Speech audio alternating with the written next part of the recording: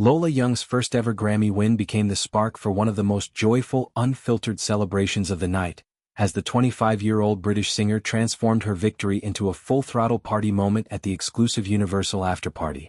Fresh off claiming the Best Pop Solo Performance award for her breakout hit Messy, Lola arrived at the upscale NYA West venue radiating pure exhilaration and zero pretense. She had already ditched the more formal khaki tracksuit she wore earlier for something far more party-ready, a figure-hugging gray checked playsuit that accentuated her curves and screamed confidence. In one hand she casually sipped from a can of Monster Energy drink, a cheeky high-octane choice that perfectly matched her electric energy and refusal to conform to stuffy post-awards etiquette. The bash itself was a glittering convergence of music royalty and rising stars, but Lola's interaction with legendary country icon Shania Twain stole much of the spotlight. Posing arm-in-arm with the 60-year-old that don't impress me much hitmaker, Lola's expression was one of wide-eyed disbelief, as if she still couldn't quite process sharing the same frame as one of her idols. Shania looked every bit the timeless bombshell in a plunging black zip-front dress that hugged her figure with sultry precision. The dress featured knee-high boots for an edge of toughness and chunky drop earrings that swayed with every laugh and toast. Together, the pair embodied a beautiful generational bridge, youthful rebellion meeting seasoned glamour, both reveling in the shared joy of music's biggest night. Lola's acceptance speech earlier in the evening had already set the tone for her refreshingly raw approach. Standing at the microphone after her name was called for Best Pop Solo Performance, she admitted up front that she hadn't prepared anything. "I don't know what I'm gonna say because I don't have a speech prepared," she began, before letting out an instinctive F*** that echoed through the auditorium.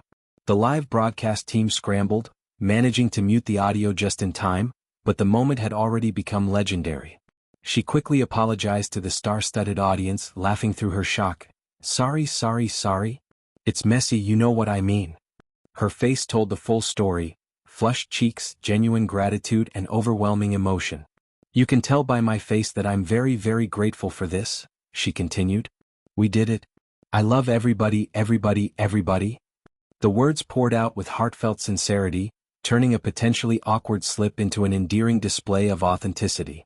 The win capped a whirlwind journey for the London-born artist, who had also earned a nomination for Best New Artist earlier that evening, though that honor went to Olivia Dean.